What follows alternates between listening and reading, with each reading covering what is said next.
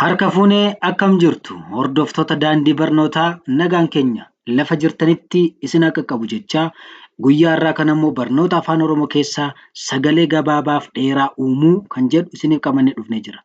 Warreen gamanarra jiranii sagalee gabaabaadha. Warreen as harka mirgaarra jiran sagalee dheeraati.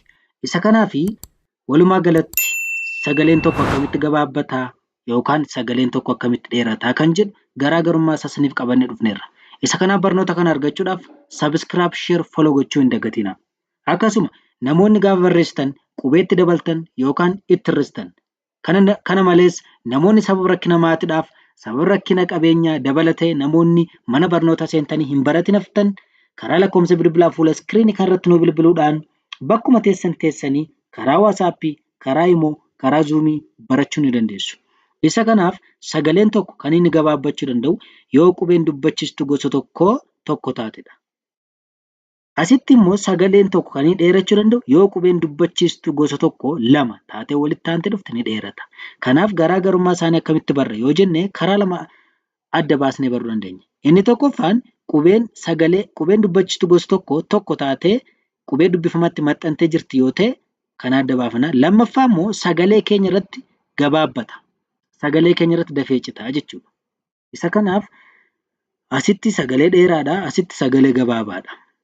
Kanaaf akka fakkeenyaatti baa jenna kana malee baa jechuu hin dandeenyu. Kan nuti dheeressinee baa jennee waamnu kun asitti baa jennee dheeressinee waamna. Sababni isaa qubeen dubbachiistu gosa tokko lama taatee itti aantee jirti, dheeratee jira jechuudha. Kanaaf sagalee armaan gadii kana sagalee gabaabaa fi sagalee dheeraa kana waliin haa dubbisnu. Ba, be, bi, bo, bu.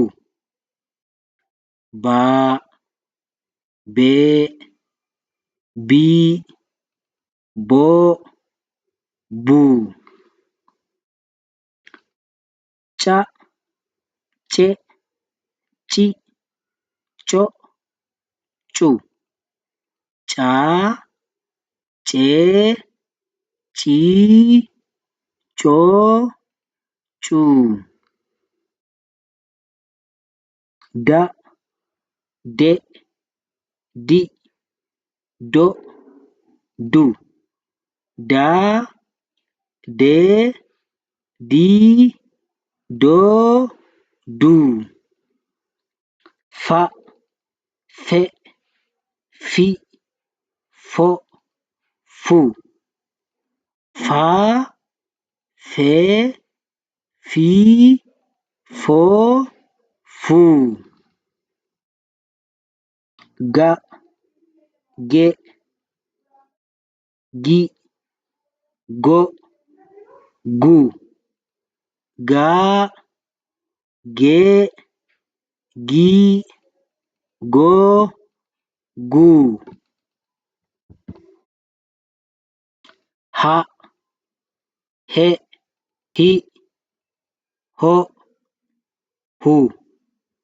Haa, hee, hii, hoo, huu. Ja, je, ji, jo, ju.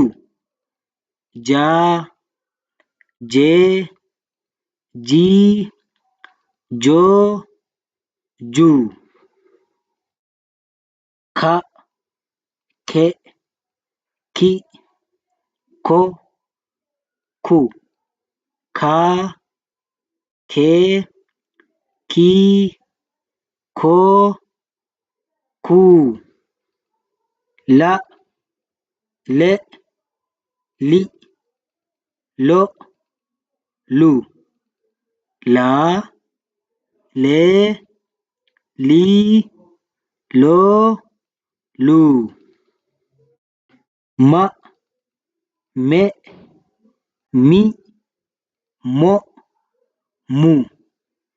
Maa, mee, mii, moo, muu. Egaa hordoftoota keenya hanga kutaa lammaffaa isaa isiniin qabannee dhufnutti nagaan nuuf tura.